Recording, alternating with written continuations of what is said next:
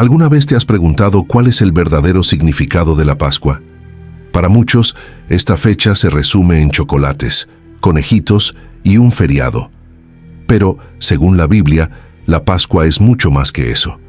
Es el centro de la fe cristiana, un recordatorio poderoso de sacrificio, redención y victoria sobre la muerte. La historia de la Pascua comienza con un amor incondicional, el amor de Dios por la humanidad. En Juan 3:16 leemos: «Porque de tal manera amó Dios al mundo, que ha dado a su Hijo unigénito, para que todo aquel que en él cree no se pierda, mas tenga vida eterna». Este versículo resume la esencia de la Pascua, un sacrificio hecho por amor, para traer vida. A lo largo de esta narrativa, recorreremos los momentos más destacados de los últimos días de Jesús, desde su entrada en Jerusalén hasta su gloriosa resurrección. Cada etapa revela la profundidad del plan de Dios y el cumplimiento de profecías hechas siglos antes. Esta es una historia real, registrada en las Escrituras, y sigue impactando vidas hasta hoy. Prepárate para conocer, paso a paso, la verdadera historia de la Pascua, directa, bíblica y transformadora.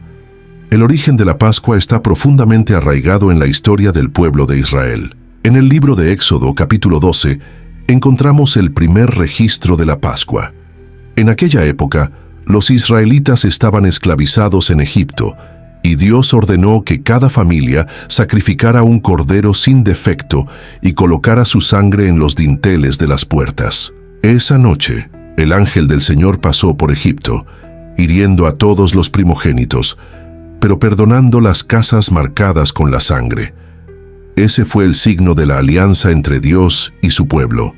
Por eso, la celebración fue llamada Pesaj, o Paso, porque el ángel pasó por encima de las casas de los israelitas.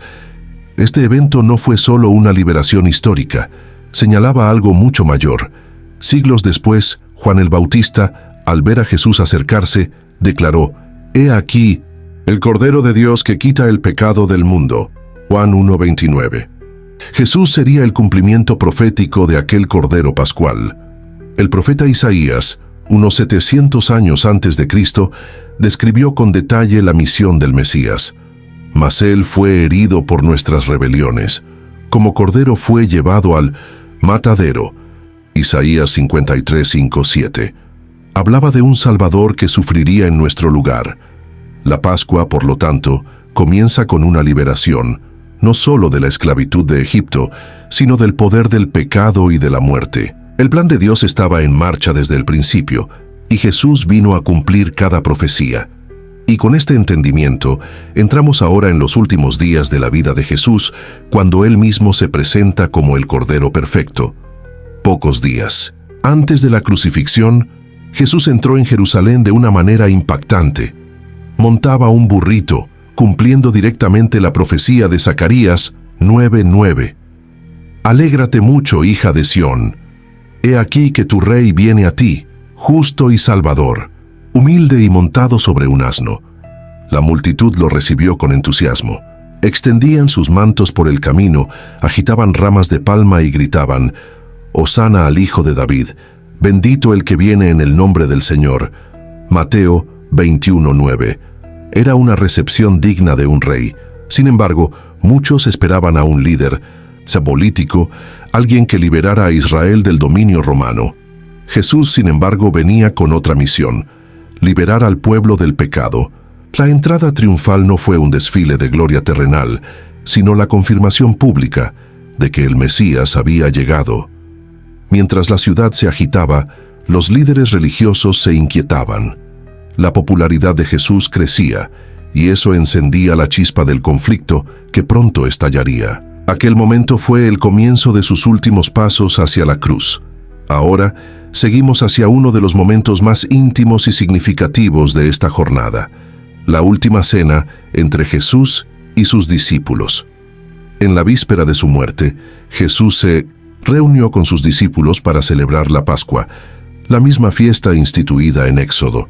Pero aquella noche, Él le daría un nuevo significado a la celebración. Según Lucas 22:7-20, Jesús mandó preparar el lugar y al anochecer se sentó con los 12. Durante la cena tomó el pan, dio gracias, lo partió y dijo: «Esto es mi cuerpo que por vosotros es dado. Haced esto en memoria de mí». Luego tomó la copa y declaró: «Esta copa es el nuevo pacto en mi sangre, que por vosotros se derrama». Allí, Jesús estaba revelando que Él era el nuevo Cordero Pascual. Su cuerpo sería entregado y su sangre derramada, como parte de una nueva alianza entre Dios y la humanidad. Ya no sería la sangre de animales la que cubriría los pecados, sino la sangre del propio Hijo de Dios, la que los quitaría completamente. Durante aquella cena, Jesús también anunció que uno de los suyos lo traicionaría. La tensión se apoderó del ambiente. Cada uno comenzó a preguntar: ¿seré yo? Y Jesús confirmó que sería Judas Iscariote. Aún así, Jesús permaneció tranquilo. Sabía que todo eso formaba parte del plan. Después de la cena, pronunció palabras profundas a los discípulos, preparándolos para lo que estaba por venir. Con el corazón cargado, pero decidido, Jesús dejó el aposento y se dirigió a un lugar de oración. Sabía que la hora estaba cerca, y es en ese próximo momento que encontramos a Jesús en el jardín de Getsemaní, enfrentando la angustia más intensa de su vida. Después de la cena, Jesús y sus discípulos fueron al jardín de Getsemaní, en el Monte de los Olivos. Allí Jesús reveló su profunda angustia. En Mateo 26:38 dijo: «Mi alma está muy triste hasta la muerte». Jesús se apartó un poco, llevó consigo a Pedro, Santiago y Juan, y entonces se postró en oración. Sus palabras muestran su humanidad y obediencia. «Padre mío, si es posible, pasa de mí esta copa, pero no sea como yo quiero, sino como tú quieras». Mateo 26:39. Lucas registra que su agonía fue tan intensa que su sudor se volvió como gotas de sangre cayendo al suelo. Lucas 22:44. Mientras él oraba, los discípulos dormían. 3 veces Jesús los encontró así.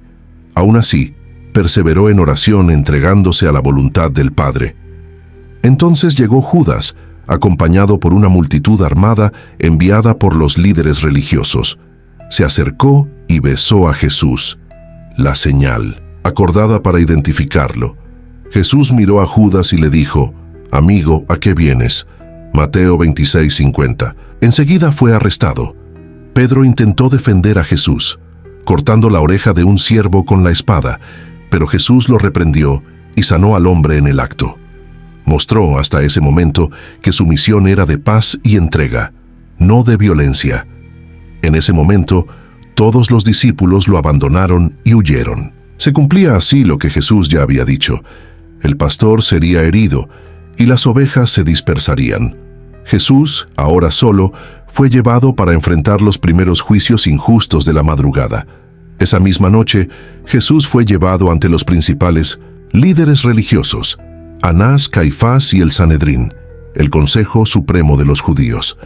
Allí comenzó una serie de juicios ilegales y apresurados. Buscaban a toda costa una acusación contra Jesús, pero los testimonios eran contradictorios.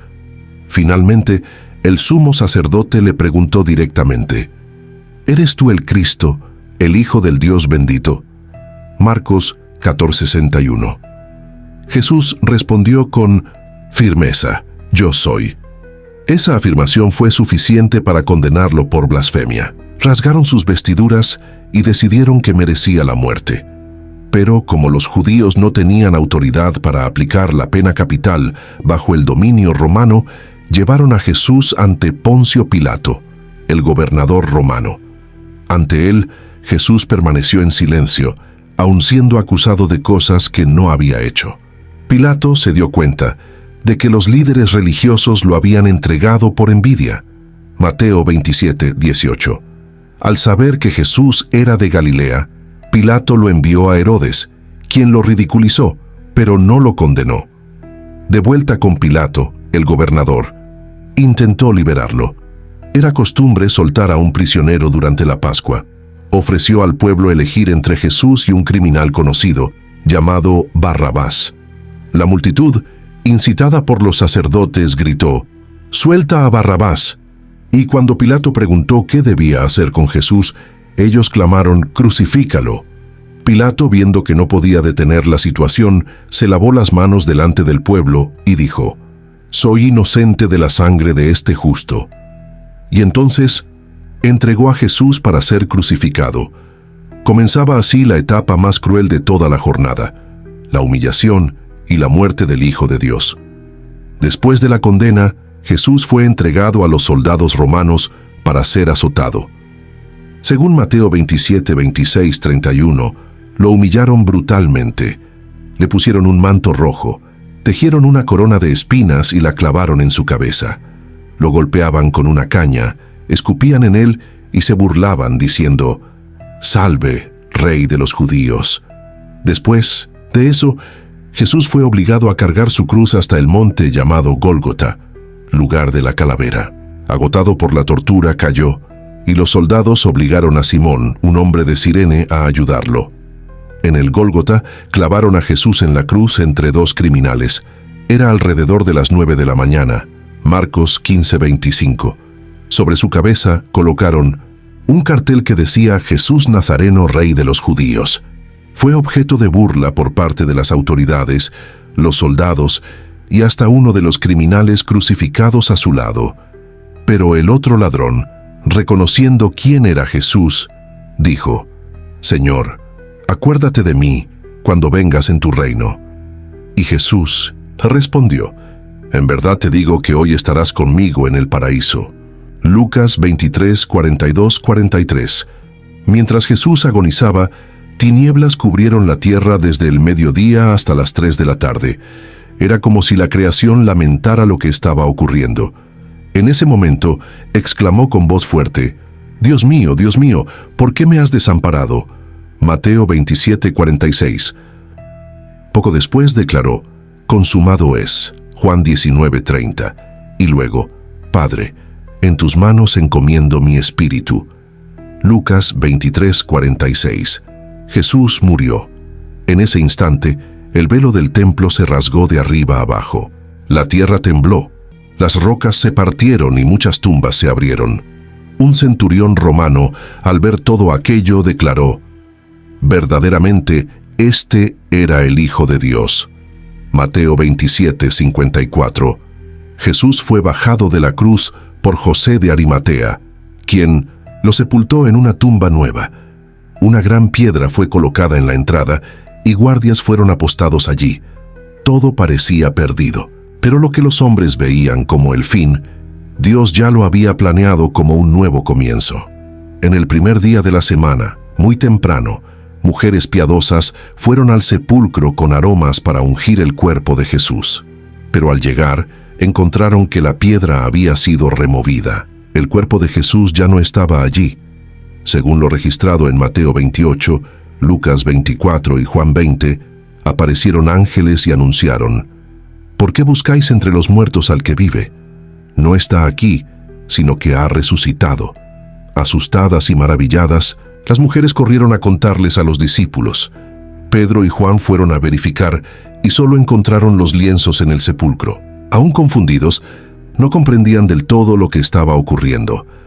Más tarde, Jesús se apareció personalmente a María Magdalena. Al principio, ella no lo reconoció, pero al escuchar su nombre en su voz, exclamó: «Raboni», que significa maestro.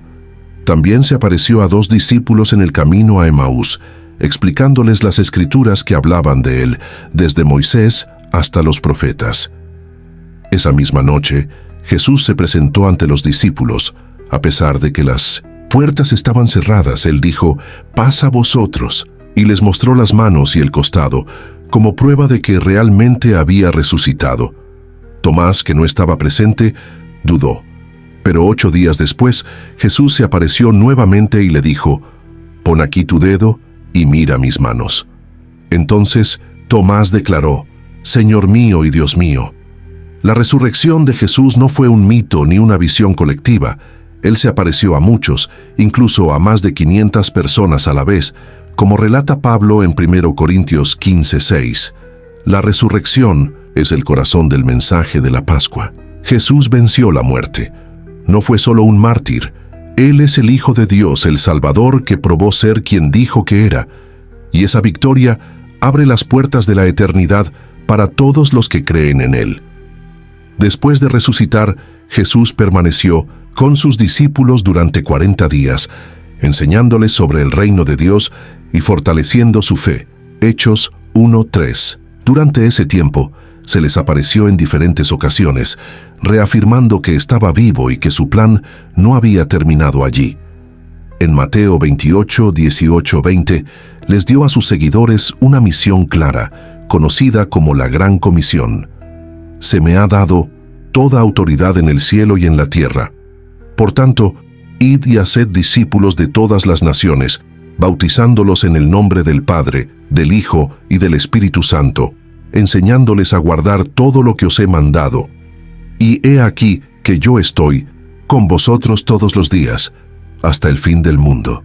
Jesús los envió al mundo con autoridad, con el mensaje de la salvación y con la promesa de que no estarían solos. También dijo en Marcos 16:15, «Id por todo el mundo y predicad el Evangelio a toda criatura». Era el inicio de una jornada que cambiaría el rumbo de la historia. Hombres simples que antes habían tenido miedo y habían huido, ahora serían llenos del Espíritu Santo y valientes para anunciar que Jesús vive. Antes de ascender al cielo, Jesús prometió que enviaría al Espíritu Santo, quien les daría poder para cumplir con esa misión. Hechos 1:8. Entonces, ante los ojos de ellos, fue elevado al cielo y una nube lo cubrió. 2 ángeles aparecieron y dijeron, «Este mismo Jesús que ha sido tomado de vosotros al cielo, vendrá de la misma manera que lo habéis visto ir». La misión fue entregada. El Salvador vivo confió a sus discípulos y a todos nosotros la responsabilidad de llevar al mundo la verdadera historia de la Pascua. La Pascua, celebrada originalmente por los judíos como la liberación de Egipto, adquiere un nuevo y eterno significado en Jesucristo. Él es el Cordero de Dios que quita el pecado del mundo. Juan 1:29.